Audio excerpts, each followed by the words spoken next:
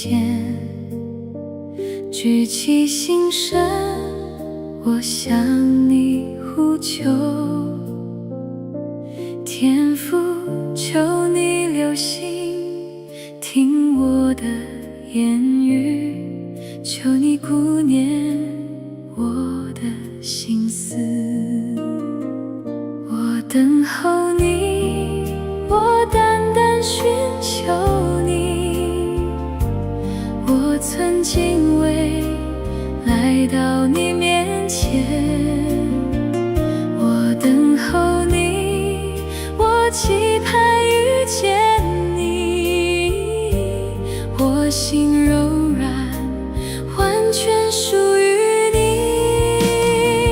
天父的慈爱每天都是新的，每一口气息都因你更新。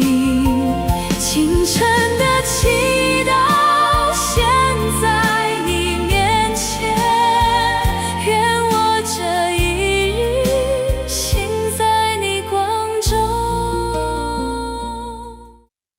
各位兄弟姐妹，大家平安。今天是5月11号，今天的圣经共读由我来跟大家分享。我是许书伟执事。在开始之前，我们先一起来做个祷告。亲爱的主耶稣，感谢你让我们又平安的度过了一周，在今天美好的清晨里，也求你让我们透过圣经共读，能够重新由你的话语当中重新来得力，重新来学习，重新来一起分享。这样子一起圣经共读之前的祷告，奉主耶稣的名，阿们。诗篇138篇第1节，上主啊，我一心感谢你，我在诸神面前歌颂你。第2节，我面向你的圣所下拜，我颂赞你的名，因为你信实，有不变的爱，你显明你的名和应许，超越一切。第3节，我求告的时候，你回答我，你用你的力量鼓励我。今天所要分享的经节是诗篇138篇1到8节。整体的背景呢，这诗篇就是大卫的感恩诗。大卫在经历困难、压力与仇敌后，重新看见上帝的信实与慈爱，因此发出赞美。整篇的核心就是呢，上主不只垂听祷告，更亲自扶持人在患难中前行。这段经文也可以从感谢神、神的信实、人在困难中的依靠3个方向来一起分享。那在1到3节的部分呢，主要就是全心感谢神的恩典。大卫一开始就说，我一心感谢你。这里强调的是全心敬拜，不只是形式，而是真诚的回应。他提到在众神面前歌颂神，在神的圣殿下拜，在因神的慈爱和诚实称谢他。这表示说，神不只是有能力，更是信实守约的神。很多时候，人容易在顺利的时候感谢，在困难的时候埋怨。但是大卫在经历征战与压力的人生中，最后仍然选择来敬拜。我们也可以这样来思考、来思想，我们是否只有在需要的时候才祷告呢？我们有没有去纪念神过去对我们的帮助呢？这第3节当中所说的也很宝贵，我求告的时候，你回答我，你用你的力量鼓励我。神不一定会立刻改变我们现在的现实环境，但是他常先兼顾我们人的内心。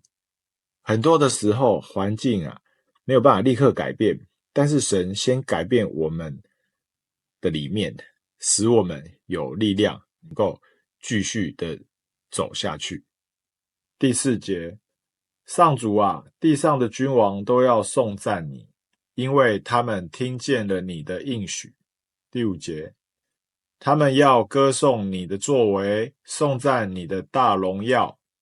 第6节，上主至尊无上，但他看顾卑微的人，狂傲的人无法在他面前藏匿。4到6节的重点主要在说万国都要承认神的荣耀。这段提到地上的君王都要称谢你，代表神的作为不只是个人的经历，而是普世都能够看见的荣耀。第6节特别重要，上主至尊无上，但他看顾卑微的人。这让人看到神的性情，他是如此的至高伟大，但是他却愿意亲近谦卑的人。但另一方面呢，他却从远处看出骄傲的人。骄傲使人远离神，谦卑使人经历各式各样的恩典。那在现在我们生活当中的应用呢，今天社会常强调的是能力、地位、表现，但是神看重的是人的内心是否谦卑。真正蒙福的人不一定是最强的，而是愿意依靠神的人。神看重的人的内心胜过外在的成就，即使我们觉得自己很微小，但是神仍然留意着我们每一个人。第7节，我被患难围困，你却保守我安全，你击打狂怒的仇敌，用你的力量救了我。第8节，你必定成全你对我的应许，上主啊，你的慈爱永远长存，求你完成你亲手开始的工作。第7节、第8节主要是在说困境中的保守与盼望。这2节是整篇很有力量的一个结尾。大卫没有说到我不会遇到患难，而是说我虽身处患难中，你仍保全我的性命。信仰不是保证人生都没有风暴，没有困境，而是在风暴中知道神仍然与我们同在。第8节说，上主啊，你对我的慈爱永远长存，求你不要离弃你亲手所造的。这是一种完全的交托。大卫他相信神开始的工作，神必定会完成。这段经文中的信息的重点呢，也是提醒我们，神垂听人祷告，不是每个答案都立刻会看见，但是神会赐下力量与道路。第二个是神喜爱谦卑倚靠他的人。人的价值不在外在的条件，而是在是否愿意来亲近神。第3个是患难中仍然可以有盼望，因为神对我们的慈爱永远不会停止。今天我们所一起共读的诗篇138篇让我们看到说，人会软弱，环境会艰难，但是神的慈爱与信实永远不会改变。因此即使我们在患难中，我们记得仍然可以带着信心来祷告、敬拜与向前行。这时我们一起来做一个结束的祷告。亲爱的天父，谢谢你的慈爱与信实从不改变，即使我们在患难中，你仍看顾扶持我们。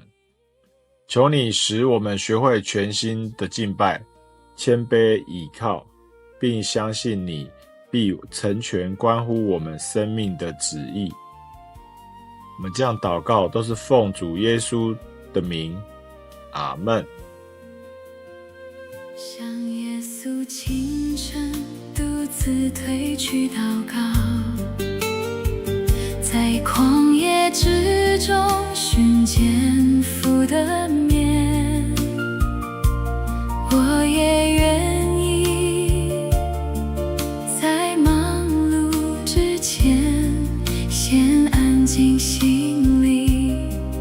听你的声音。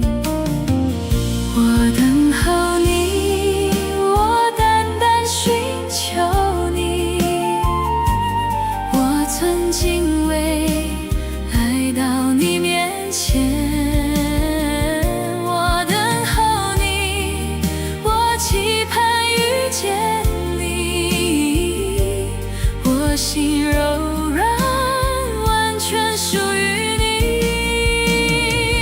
你的话语是我脚前的灯，是我路上的光，不致迷失。清晨的祈祷，呼吸你恩典，愿我这一日紧紧跟随你。即使黑夜仍未完全褪去，你的光已在我心中升起。我要先求你的国和你的义，这一天所需的你必供应。清晨的祈祷是一天的开始，我愿把我全人交